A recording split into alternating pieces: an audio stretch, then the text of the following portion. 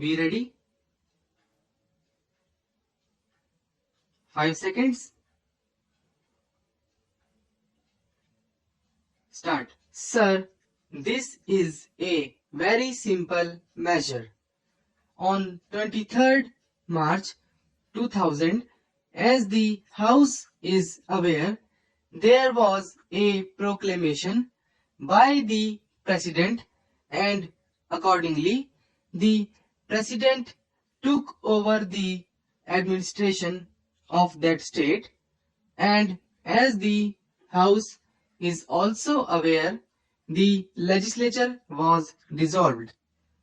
According to the Constitution, the power of legislation naturally vests in Parliament unless Parliament delegates that power to the President. Article 357 of the Constitution enables Parliament to confer the powers of legislation on the President, and therefore this bill has been brought forward for the purpose of giving to the President the power of making laws for that state. It has been found necessary that this power should be conferred on the President because there has been considerable congestion of work before both the houses of Parliament, while so far as the work of legislation before the Kerala legislature was concerned, there was very heavy work there. In fact, as many as 23 bills were pending before the Kerala legislature when it was dissolved. I may point out to the House that there were as many as 16 official bills and 7 non-official bills. Out of these 16 official bills, in respect of 5, the Select Committee has submitted its report in the legislature. In respect of 9 bills, the matter was pending with the Select Committee, and the remaining 2 bills had been taken up for consideration, but before they became law, the legislature was dissolved. So far as the non-official bills were concerned, 3 bills were pending with the Select Committee and 4 bills had been introduced before the dissolution of the Kerala legislature. Out of these bills, there are certain which have to be immediately legislated because they are of considerable importance. We have received advice that so far as 2 bills are concerned, they are of a very urgent nature, and they are the Kerala Irrigation Bill and the Kerala State Aid to Industries Amending Bill. Both of these have to be attended immediately.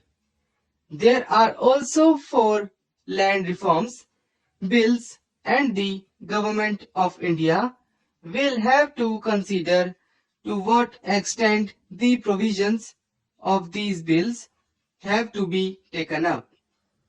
Certain rights are to be conferred on certain classes of persons, and the sooner these questions are considered, the better. As I already stated, there has been congestion or over-congestion of work before both the houses of Parliament, and when this bill was drafted, 2 important considerations were taken into account. So far as President made laws in states were concerned, what the President had to do was to consult an advisory committee. So far as this committee was concerned, originally the idea was that the members ought to be 10 from the other house and 5 from this house, but it was found that honorable members from Kerala were much more than this number. It was also felt advisable that on this advisory committee there ought to be members from other parts of India as well as those members who would take interest in matters relating to legislation in Kerala. Therefore, the government accepted an honorable member's view in the other house and the strength has been increased from 10 to 14 so far as the other house is concerned and from 5 to 7 so far as this house is concerned.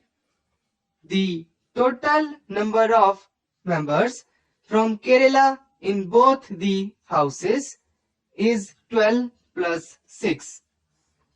It is possible, therefore, to appoint some other members also, and this power has been given to the Speaker in the other house and to the chairman in this house. Therefore, you will find that we shall have an advisory committee of 21 honorable members of both houses of parliament who will be ordinarily consulted except when the matter is of a very urgent nature, calling upon the President to make a law absolutely immediately. So bearing such instances, which may not be many ordinarily, you will find that the President will consult the advisory committee before he undertakes the work of making laws for the state. This is one safeguard according to which the wishes of the honorable members on this committee will be taken into account. Secondly, there is another safeguard that has been introduced. After the President has made the laws, copies of such enactments will have to be placed on the table of both the houses of parliament, and thereafter it would be open to the parliament to consider them and suggest any amendments. If, for example, one house suggests certain amendments and then those amendments are accepted by the other house, then naturally it is incumbent on the President to issue another ordinance accepting the modifications or the amendments suggested jointly by both houses of parliament together. Thus, you will find that though the President is to be armed with legislative powers, these safeguards have been purposely introduced.